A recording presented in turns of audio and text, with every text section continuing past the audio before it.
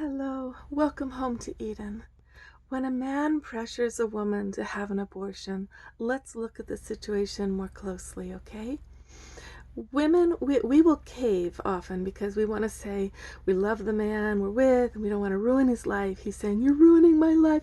I won't be there for it. It'll have to be your baby. I won't even take care of it. You're going to lose your creativity." And they'll threaten us, right? Because what's happening really, love, is that the rite of passage into adulthood, into the initiated phase of everything the man needs to become a man and to be more loved throughout his lifetime by his progeny and by you, it's coming to him through you. You are the gatekeeper of the initiation that he needs, right? So if you cave, he actually loses not only the future generations of the family that will love him, he also loses everything that was coming to him to become a man, to show him what love is, what sacrifice is, what adoration and unconditional love is of a child, And maybe he already has one and he's like, "Well, I just don't want another one. I can't do it. I don't like you anymore. We're not together anymore." Then it's okay that he has these feelings. But the thing is, your decision needs to be based on your heart's truth. Okay, so if you're feeling called to this baby, have no fear. It's meant to be here. Your voice is more important than the death voice of the man. The life voice of the feminine is why all of us are here, because of that unreasonable, wild, deep, passionate desire to give life and to take care of life.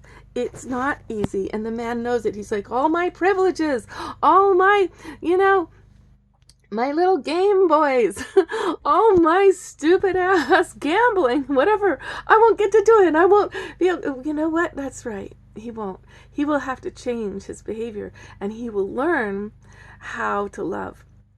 And he will thank you on bended knee by the time he's gotten through all of his tantrums and you've gone ahead as a warrioress without his blessing. He will be on bended knee thanking you from the bottom of his heart when he holds that baby in his arms and looks in those eyes of love. Now, some men, it's true, they won't be there for you. They never were in the first place. And we can't really control what the men will do. Many of them, even, when they say they want kids, will walk, because the men on the planet right now are in a big crisis. They're not allowed their own inner feminine. They're being worked too hard, and they are, being led down paths of terrible iniquities of, porn and their career, as if their career will ever fulfill them, as their power, their trucks as their power, their bikes as their power. They're really lost, right? But love of a child and having that reason to live for puts a man in his center of his being. And it puts him into his heart, where his inner feminine now starts to grow and blossom, and he starts to realize his capacities that he never really woke into before. So please, love, it's fine if you want the abortion. That's okay, because you really will have to be the major one there taking care of that baby, most likely. I mean, there are the rare men who really have their inner feminine, totally developed, and they'll be the mama. Those are such rare guys. But maybe there's not that rare. Maybe it's just they haven't been allowed to emerge because of the oppression of the masculine to be this robot worker. Right? So that's partly what he's scared about. He's like, I'm going to have to support you guys, and I'm already working too hard, and I'll never have a life. Well, having a life from a great career or a terrible career, it really has to do with your mind's capacity to imagine a good life, commit to it, and take actions daily that create boundaries around nonsense. And men don't usually use the power of their intention. But they will have to when a child comes, because a child says, "I'm here and I love you." And the miracle of the masculine breaking into his heart will happen, hopefully. If not, at least you followed your heart, because this is the other thing, sweetheart. If you have this abortion for him, you will never love him again. To kill your child for a man, I've done it, by having an abortion. You never respect him again. You never have trust in him again. You never believe in him. The life that came of your love was killed. So how to recover from that? It would have to be very conscious, the two of you facing head on the betrayal that happened, and really, really working on rebuilding the love and the trust, and calling in the spirit. So if you think you're going to save the relationship by doing this for him, you're probably wrong. It will not save the relationship. It will create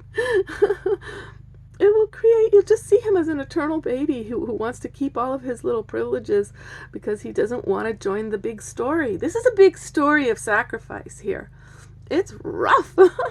But in every sacrifice for love, every time you give up some power or some work hours that would have given you more money, or for love, and you put love at the center, everything starts to revolve around joy and beauty.